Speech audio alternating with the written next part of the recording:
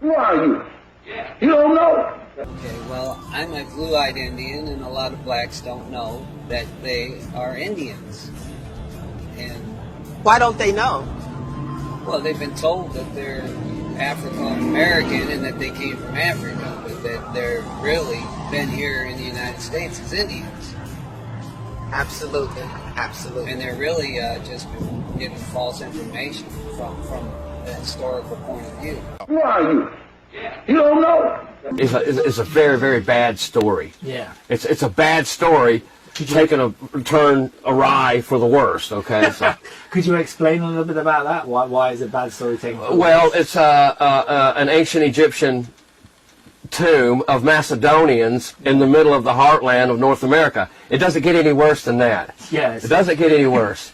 I can't think of anything. You know, if the people looking for Alexander's tomb had tablets with Alexander, Mariam Setep and Ra written in Egyptian glyph on them, they would just be dancing in the streets. Yeah. You know, if they had half, 1/10 of what it is that we have but here. But if it was in somewhere where conventional wisdom would right. Say if it was in Syria or Jordan or Macedonia or Greece or Italy. But 2 hours east of St. Louis. No. Who are you? You don't know? These people definitely crossed the ocean also to Mexico. It made a very strong impact on a civilization called the Olmecs. The Olmecs, that's just as a name for this very, very early civilization, the earliest known civilization in Mexico. And everyone thought at one time, well, it's just an Indian civilization until 1861. In 1861, a farmer was plowing his field, came across a very strange domed rock, a black rock. And he couldn't dig it out. The more he dug down, the bigger this rock got.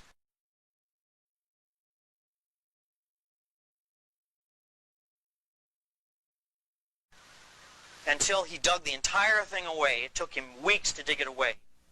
And it turned out that he unearthed a 9-foot-high statue of a head, beautifully done, of an African, not an Indian at all. All the portrayed features of a West African man. Not an Indian at all. All the portrayed features of a West African man. Great rising wave of water. They went in two directions. They went out to what is now known as Oceania and became a people known as the Negritos.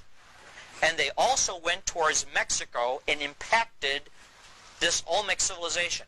And the reason why we now know that is because there was a genetic trace done. You know about DNA now. That's getting a lot of play in the paper. DNA means you can trace the genetic code of a people. The genetic code of and there are still native blacks in Mexico. That's never been explained by archaeologists before Columbus arrived. DNA tests done on them. DNA tests done on the bones of some of the Olmec people, not all of them, the ancient remains, show a definite genetic trace, not to Africa only, but across the Pacific. When they found that out, they said, that's got to be wrong. It just doesn't, there are no black people out in the Pacific, but there's this definite trace, lineage they could trace out towards Hawaii and beyond Hawaii. Then they began a worldwide match of DNA. Well, who does these strange black people, who do they match up with? They don't match up with Africans. They matched up with the Negritos in Oceania. It looks now, scientists believe, there was a central point from which they went in both directions. So this is a marvelous heritage, and you know, some people say, well, you're a white guy, how can you talk about stuff like this? I get flack from this on both sides. The purpose of our magazine is to tell the truth about what happened to our country and our continents before Columbus. And if it shows that there were white Vikings here, and there were, we tell that. And if it shows that there were Asians here visiting, Chinese here visiting Mexico, we'll tell about that. And if there were blacks here, we have to tell that too. That's all part of our heritage. And I think it's thrilling and exciting for all of us. It's remarkable. So what we're telling you, I mean, this is just in a nutshell, and you're going to be seeing a lot more of this, not just in our magazine. Believe me, you're going to be seeing this on TV. It's bound to burst out because it's really known in the archaeological community. You've had 4 of these major impacts that the black people have made to the Americas, not only before Columbus was born, but before even Spain or Italy existed. That's the kind of roots that are in this country. And by knowing that, and the more you know about it, it's an empowerment. You're really rooted. You have got a heritage which is more than slavery. Sure, there was slavery, but that's not all. That's a small part of it. Long before that, there's a heritage of kings, seafarers, religious missionaries, and they were all here. But it happened so long ago, there's just so little of it left. And that's basically my story. Mali Kingdom, part of their religion, around 900 AD, they believed in a god called Vodun. Vodun or Vodan. And they said Vodan was this great sailor who came across the sea, and he taught the Yoruba and the Benin tribes how to work with metals. And he was their man god, as it were. He was like their founding father, their George Washington, was Vodun. And he brought tablets. He said they brought tablets, which he taught the people how to read. Vodan was his name. Vodan and Vodun. Across the ocean, all the way across the Atlantic Ocean, amongst what they call the Quiche Maya, or the lowland Maya that I talked about, they have a tradition of a god they called Vodan, same name, who brought tablets across the sea to tell them how to work metals and so on. So here we're dealing with the same tradition. This is something which is not made up or interpretive. It's the actual fact. It's the truth. So the more of these you have, like I say, the greater the sense of empowerment. So I'm going to stop here because I think these photographs are better than anything I can say. And if you have any questions, feel free to interrupt the action here. Yeah, I'm going to have to turn the slide off, I guess.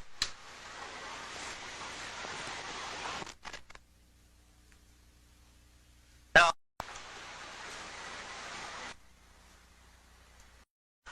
I forgot to mention, too, a grave was found in the Virgin Islands of a skeleton that was dated back to about, not too long ago, to maybe about 1200 AD. But still, centuries before Columbus came here, definitely had a black skull, negroid skull, and he was buried with an iron tool. Well, according to what we've been told, the people in Virgin Islands had no iron, but the Mali were great iron workers. This is another one of the numerous figurines that were found in a burial urn with gold and so forth. So it's obviously done out of respect. This is from a place called La Venta, Mexico. It's dated to about 200 AD. This is a beautiful obsidian ware. It was dark, you could see. This is a beautiful black obsidian, which apparently shows a boy bearing, this is not in a servile position, by the way. This is a religious position. This represents the heavens. He's holding up the heaven. There's a Mixtec inscription up here, meaning that this is the sky. So he's not being oppressed or anything. It might look that way, but it isn't. He's holding up the sky. This is dated, well, they haven't got a good date on it because you cannot date obsidian. But they did find some material around it, which may or may relate to its date. This goes back to early Maya time. Extreme northern reaches of the Maya civilization. This represents a person of great influence. This is found on the west coast of Mexico. The name escapes me now. The west coast of Mexico. I'm sorry, I forgot the site. He's sitting down. He's squatting down. This is the emblem of kingship.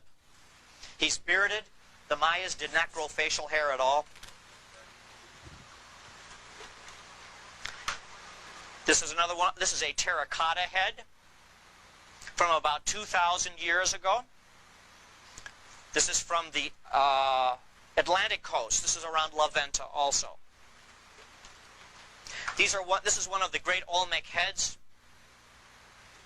And when the archaeologists first saw these, they said, well, they're just typically Indians, And but then they always neglect to say, well, how come the artists who made these always made them out of black battles? If they're Indians, why are they choosing that to work in? And this is part of this helmet, this marvelous helmet, which nobody could understand. There's no other parallel for this helmet found anywhere in the world except West Africa.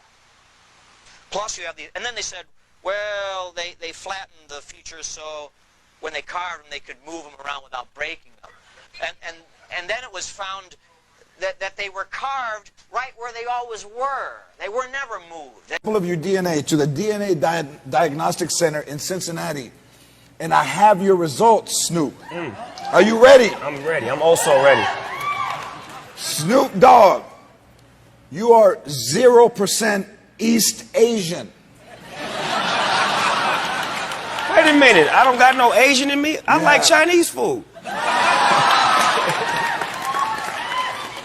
Snoop, you are 23% Native American.